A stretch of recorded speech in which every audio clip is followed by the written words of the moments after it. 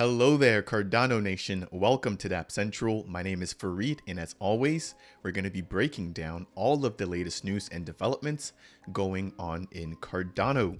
The first thing I want to break down is going to be a recent update surrounding the Cardano node and the fact that we now have a brand new Mainnet node version that has been released. There's also going to be an upcoming party for the celebration of the launch of Marlowe, as well as some updates surrounding the Lace wallet. Next, we're going to jump into some updates surrounding IAMX, which is going to be a decentralized identity solution building on Cardano with the plans of going multi-chain or being adopted on multiple networks. Third, we're going to touch on TapTools, which has recently released a laundry list of upgrades. And then we're also going to touch on their Tappy NFT Mint and see exactly how well that mint has gone. Fourth, we're going to jump into some updates surrounding the Turf NFT Mint, and I'm also going to be teasing an interview which I'll be releasing over the course of the next 48 hours. After that, we're going to jump into some updates surrounding Minswap and an additional proposal that has just been released surrounding their Mint token emissions. As always, if it's your first time stopping by the channel, my goal here is to provide you guys in the community with the latest news, tutorials, and reviews. If you guys find anything that we touch on as a part of today's video to be helpful, then please make sure to tap that like button. If it's your first time stopping by the channel, consider subscribing. And if you have any questions surrounding any of the topics that we're going to be breaking down, then make sure to leave those down in the comment section below. Last but not least, I am a single stake pool operator operating the official Dapp Central stake pool, which is stake pool ticker DAPP. If you'd like to support me here on this channel, then consider delegating with the stake pool. Jumping into today's Cardano scoop, I want to touch on the brand new Cardano node version that was just released, which is version 8.1.1. Now, this is going to be mainnet ready, and it contains a few significant improvements, which will take place at the epoch's boundary or at the epoch's end. All SPOs are strongly encouraged to go ahead and update their nodes as soon as possible. Now, this version will be a minor release, which contains a fix from the Ouroboros network for P2P topologies that don't contain any DNS names in their local roots.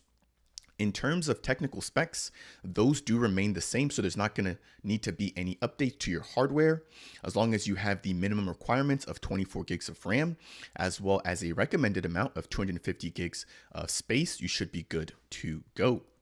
Jumping into the next tab, we do have an upcoming launch party for Marlowe, which is going to be a platform that allows you to quickly and easily build and test transactions for the Cardano network. So it states here the upcoming Marlowe launch party will take place on July 5th, and I believe it's going to be in the Lisbon area inside of Portugal. And if you want to find out more about Marlowe, you can head over to their official website, which is available at marlowe.iohk.io. Again, it states that's going to be an intuitive, efficient, and secure way to build and test smart contracts on Cardano. One key thing that I do want to touch about Marlowe is going to be the fact that not only will it be simple, efficient, and secure, it's also going to allow for people that are not tech savvy to easily create their smart contracts. So as you guys can see here in this screenshot, and there's actually a video which I'm not going to play for time's sake right now, but you're able to basically drag and drop these Lego style blocks in order to build your transaction. So a huge update here for Cardano and some of the not so technical community. And again, keep in mind, there's going to be that launch party taking place on the 5th of July in order to celebrate the release of Marlowe on the Cardano mainnet. The next update we're going to jump into is going to be surrounding Lace, which is going to be the wallet released by IOG, and the fact that they're now at Lace version 1.2. So if I scroll down here, we're just going to touch on some of the key highlights, but you now have the ability, once you upgrade your wallet, to categorize your NFTs. So if you have a specific order, or if maybe have a specific set of NFTs that you want to categorize directly within your wallet, you can now do so using this brand new feature. You're now also able to quickly show and hide your balances. So let's say that you're maybe dealing with a wallet that you don't ever want to show a balance to when somebody else is viewing it. You can now quickly toggle the actual balances on or off depending on what you're looking to do. Right below that, they do also have some updates regarding how they have improved the way that they make requests to the Minswap API, which is what they're using for their pricing. And then they're also going to be updating exactly how the requests are made to also improve the speed in which transactions are made directly within the Lace wallet. So we've got the categorization update. We also have the ability to show or hide our balances, as well as some speed improvements here when making requests to the Minswap API.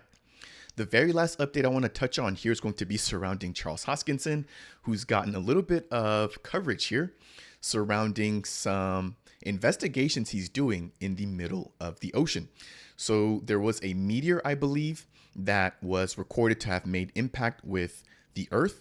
And Charles is basically out and about looking to see if they can find any remnants of that meteor as well as alien life. Now, this was posted late yesterday, and basically, I think they have found something, but it states here that this is going to be an iron particle with titanium and magnesium to be exact, and it's not really a common composition. So they do have something, whether or not it's of importance or significance has yet to be identified. But again, Charles did tweet about this late yesterday, and it is good that they've at least found something to give a little bit more credibility as to what they're doing out there in the middle of the ocean. So that's going to be it there for the very first set of updates, again, touching on the Cardano node version, the Marlowe launch party, as well as Lace getting some upgrades, and then Charles on his latest expedition. If I jump into the next story here for today's Cardano Scoop, I want to take a minute to touch on a platform called IAMX, which is going to be bringing a decentralized identity solution to Cardano and the greater crypto space. Now I'm going to get myself out of the way here. And what I want to do is just briefly talk about how this is going to work. And then I want to jump into some recent updates surrounding their biometrics station, which they've just received. And they've also actually have begun testing it at a recent summit. So what we have here is going to be the steps in which the process or the workflow for these DIDs will be used on the IAMX platform. So if we start at the bottom left-hand corner, we have number 1 here, which is going to be for an issuer to basically provide you with some sort of authentication in order to verify your identity. Now, once you go through that authentication process, you'll actually be issued a DID or decentralized ID. And as you guys can see here, it's going to be pretty compliant with a lot of the latest standards. Now, once you have your DID within your IAMX wallet, and keep in mind they will have their own wallet on Cardano, you can then present that DID whenever you're making a purchase. And so once you go, for example, to a partner platform, for example, let's say that they partnered up with Nike, you can then go to Nike, connect your crypto wallet there. And if you make a purchase of, let's say, $100, there's actually going to be a $8 commission going back to the IAMX protocol, and they're actually going to be distributing half of that commission back, which is going to be $2 to the actual user as cashback. And then the issuer will also receive a $2 commission. So this is going to be a win-win. And then on top of that, keep in mind that this particular DID will be reusable.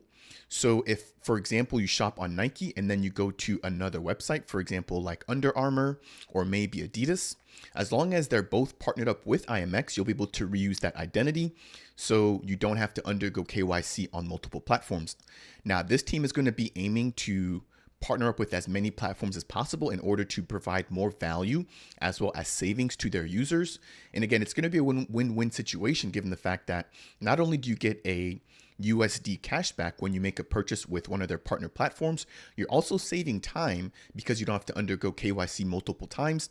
And then the IAMX platform is also winning by, again, receiving portions of that commission. So that's a quick overview of the IAMX platform.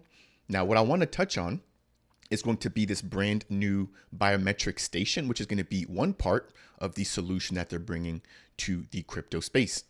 So this was just released, and it says here that the IAMX identity terminal is now finished and that they have received it in preparation for Identity Week, which took place in Amsterdam. Now, this update was released in the early parts of June. I did miss this one, but I wanted to bring it up here as a part of today's Cardano Scoop. So some of the features it includes are a 65-inch screen, which is going to be noted here as item number 1. It's also going to include a touchscreen, which is item number 2 here. It's also going to include a fingerprint scanner, item number 3. a numeric keypad, item number 4, a credit card slot, item number 5, a printer, item number 6 for potential receipts, and then a biometric camera as item number 7. So these guys are not playing around. They are actually delivering on their white paper. And one other thing I wanted to touch on is going to be some of the construction, compliance, and functions of this biometric station.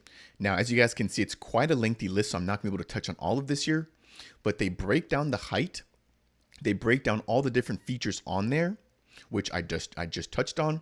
And then they break down some of the compliance features that this actual biometric machine can achieve. So as you guys can see here, it's going to have an FBI fingerprint fiat conformity scanner. It's also going to have a lot of other features here, which again, for the sake of time, I'm not going to be able to break down. But it's also going to have a ton of additional features which allow or enable for things such as the ability to create official state or government documents, such as birth certificates and wills. It's also going to have the ability to enable financial inclusion in existing payment systems and credit infrastructure. And it's also going to have the ability to enable education, learn to earn, and early childhood development. Now, if you guys want to find out more about IAMX, I am going to leave the link to their platform down in the description below. But those are just a few things that I wanted to highlight here. And again, this is a huge laundry list, and I'll probably have a fully dedicated video that I do touching on IAMX, but I do have an introductory video on the channel. So if you guys want to find out more about IAMX, then make sure to go ahead and check that video out. Now, the next update that I wanted to share with you guys here is going to be surrounding the fact that the IAMX platform has also collaborated with NMaker, which is going to be a platform that allows for you to mint and manage your own NFTs right here in the Cardano ecosystem. So imagine being able to buy NFTs from NMaker directly on the Identity Terminal by IAMX. You'll be able to do the following: purchase a personalized ticket using an SSI-based non-publicly readable identity. You can then securely transfer that ticket over to your brand new created wallet. Again, keep in mind that IAMX will have their own wallet. And then you'll also be able to provide the artist with a way to earn money from secondary markets. So just a few bits of the use cases here that we can use or that we can implement with the IAMX biometrics scanner. So I wanted to touch on that there. Again, I'm going to probably bring you guys more updates surrounding IAMX in the near future, but that is going to do it there for that update for now. The next thing I want to jump into is going to be surrounding TapTools. But before I jump into that, if you guys are enjoying this video so far, I would really appreciate it if you guys could tap that like button. It's one of the easiest ways to support me here on the channel, and also helps to get this content out to other members within the growing Cardano community. So jumping into the next update surrounding TapTools, we now have the integration of the FiFi DEX, which just launched on the Mainnet on May 15th. We also have support for liquidity pool and farming positions for all the DEXs included in their portfolio and wallet profiler. Now, keep in mind that both of those tools right there have now become a part of the TapTools Pro, which we're going to touch on here in just a moment. The third update is going to be surrounding staking positions for Indy, LQ, Milk, CNETA, Gens, NMaker, NewNets token, and the Empower token, which will also be included in their portfolio/wallet profiler. Next, we have the ability to view zaps, or the ability to view liquidity providing positions which took place in their trade history, with the addition of a mobile Dapp connector, as well as the ability to view NFT trade prices directly from within TapTools. And then they've also integrated a scam search feature. Very lastly, they did fix a minor bug surrounding their charts and drawings not saving appropriately. So the TapTools team continues to deliver, and this is all on the heels of their recent TapTools NFT Mint for their Tappy mascot. So this was an announcement that was just made as the actual mint was going on. But if you now hold 5 of the Tappy NFTs, of which there's going to be 5,555 of these NFTs, which minted for a price of, I believe, 420 ADA, you'll now get lifetime access to their profiler and all of the other features that come as a part of the Pro package for TapTools. Keep in mind that initially, A single tappy NFT, which again was worth 420 ADA, would provide you with the pro version of TapTools for 420 days. So it basically comes out to the cost of 1 ADA per day if you hold a single tappy NFT.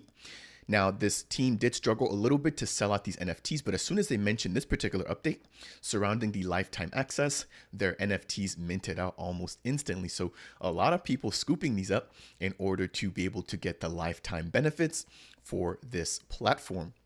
If I jump over into jpeg.store, we can see that all NFTs have been minted with a total of shy of about 1,800 or so owners. And the current floor price is trading above the initial mint price, which right now is 583 ADA. We currently have a 16% amount of the NFTs listed with over 1.5 million ADA being traded in lifetime volume for the collection. So that's going to do it there for that particular update. Again, briefly touching on TapTools. The next thing I want to jump into is going to be an upcoming NFT mint for Turf. Now, Turf is going to be a platform that I recently interviewed, and I actually got to speak with the founders, which was Harm and Ralph, surrounding what they're bringing not only to Cardano, but also to Polygon. They're going to be having their first cross-chain mint for their random drop.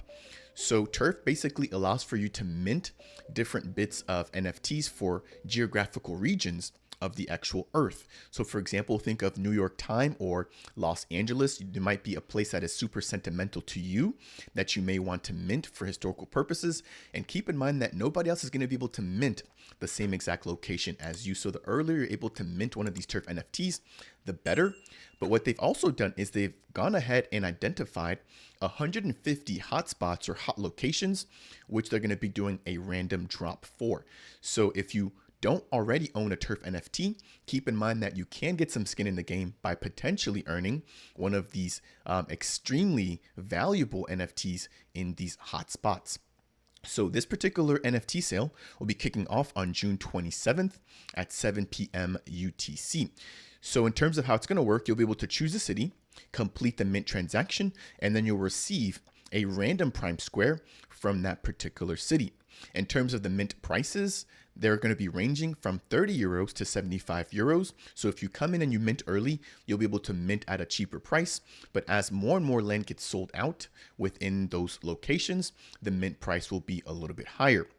Now, if we convert that 30 euros and that 75 euros over to USD, that's anywhere between $35 all the way to about $80. So not too expensive, but again, keep in mind that these are going to be one of ones and they're not going to be duplicates. That is going to do it there for that brief update surrounding the upcoming Turf NFT mint.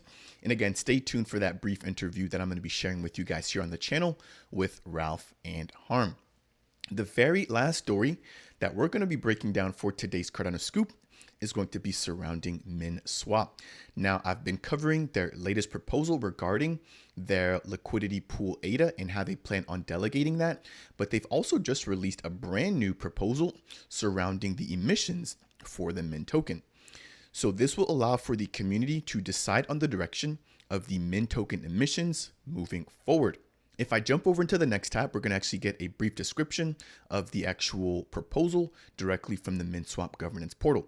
So what they're going to be suggesting is going to be a three-step approach to lower the lower bound of their emissions by 50%, as well as lower the higher bound of their emissions by 50% or so, as well as adjust the daily mint emission rate dynamically every 2 weeks. For full transparency, I have not had the time to break all of this down, but they did release this particular PDF file here, which is an analysis report of the current emissions up until today. So if you guys want to find out more about this particular proposal, and if you hold the Mint token, then make sure to go ahead and get in tune and go ahead and vote or cast your vote in order to be heard by the community. Now, it seems like the general consensus so far is to implement this new proposal, which again is to lower the lower bound as well as the upper bound, and then also dynamically readjust the emissions every 2 weeks. I believe that is going to take us to the end here of today's Cardano scoop. As always, if you guys learned anything here along the way, I would really appreciate it if you guys could tap that like button. If it's your first time stopping by the channel and you want more content like this, consider subscribing. And if you have any questions for me surrounding anything that we broke down as a part of this video, then please make sure to go ahead and leave a comment down below. That said, and as always, I will see you guys in the next video.